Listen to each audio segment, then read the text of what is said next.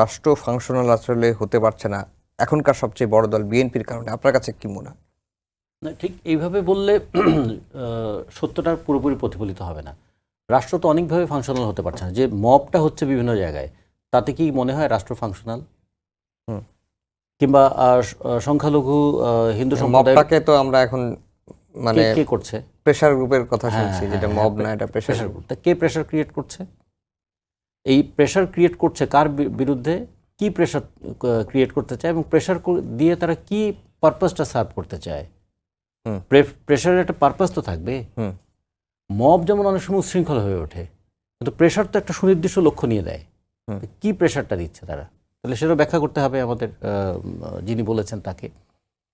কিংবা সংখ্যালঘুদের উপর যে নিপীড়নটা হচ্ছে, দেখুন আমাদের বাংলাদেশ একটা অভূতপূর্ব একটা সম্প্রীতির দেশ, একটা ছোট্ট ভূখণ্ড, 17 কোটিরও বেশি মানুষ, এবং পৃথিবীতে মানে বেশিরভাগ মানুষ যে ধর্মগুলো পালন করে তার মধ্যে ধরুন যদি আমরা বলি খ্রিস্টান ধর্ম, ইসলাম ধর্ম, বৌদ্ধ ধর্ম এবং সনাতন ধর্ম, 4 ধর্মের মানুষের সহাবস্থান এই দেশে আছে।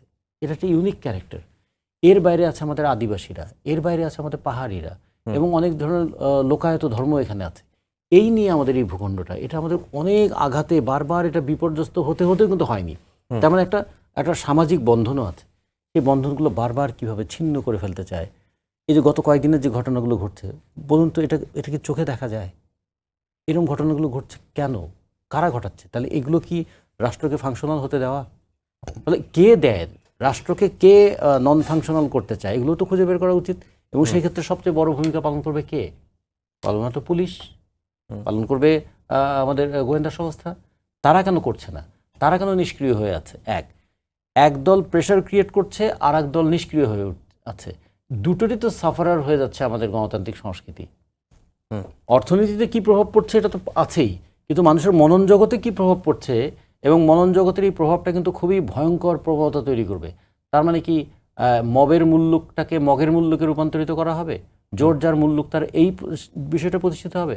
এই জন্য বলে মব এবং গণতন্ত্র একসঙ্গে চলে না। তো মবকে কোনোভাবে জাস্টিফাই করাটা আসলে গণতন্ত্রকে দুর্বল করে দেওয়ার মতোই।